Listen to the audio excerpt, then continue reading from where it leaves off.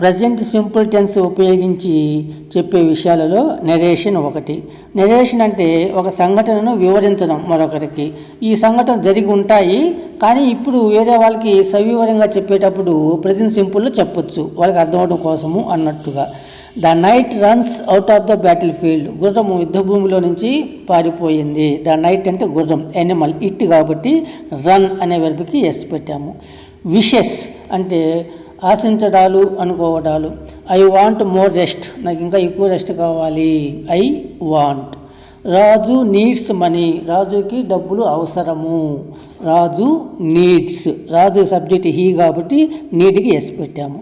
తర్వాత unchanging situations అంటే చాలా కాలంగా కొన్ని సంఘటనలు అలాగే స్థిరంగా ఉంటాయి.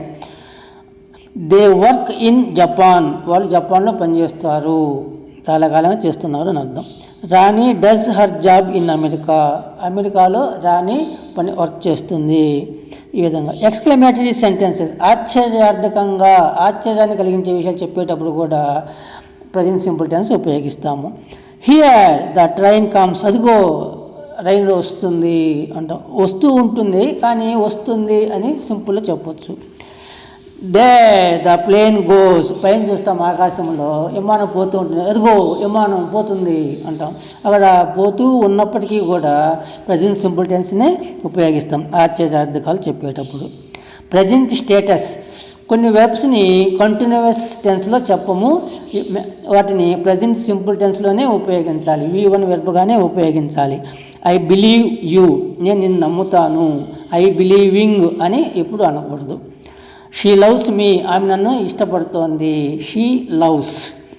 రాజు సీమ్స్ హ్యాపీ. రాజు సంతోషంగా కనిపిస్తున్నాడు. సీమ్స్. They know you. వాళ్ళకు నువ్వు తెలుసు. ఇక్కడ సీమ్స్, బిలీవ్, లవ్, నో ఇట్లాంటి వెర్బ్స్ ఎప్పుడు కూడా సింపుల్ టెన్స్లోనే చెప్తాం, కంటిన్యూస్ టెన్స్లో చెప్పము.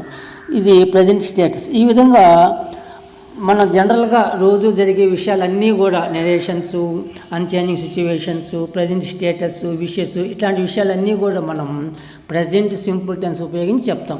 కాకపోతే అక్కడ సబ్జెక్టు ఏది ఉంది అన్న దానిని బట్టి వెర్బ్కి ఎస్ కలపాలా, ఈఎస్ కలపాలా, లేదా వెర్బ్ని యాజ్ ఇట్ ఈజ్ ఉపయోగించాలనేది ఉంటుంది. తర్వాత ఆబ్జెక్ట్ ఉంటుంది.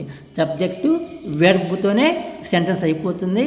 ఆబ్జెక్ట్ తప్పనిసరి అయితేనే ఉపయోగిస్తాము, లేకుంటే లేదు. తర్వాత డైలీ, ఎవ్రీడే, ఫ్రీక్వెంట్లీ, రెగ్యులర్లీ అని ఉపయోగిస్తాం. వీటిని సిగ్నల్ వర్డ్స్ అంటారు. ఇవి ఉంటే ఆ సెంటెన్సెస్ అన్నీ కూడా ప్రజెంట్ సింపుల్ టెన్స్లో ఉన్నట్టు.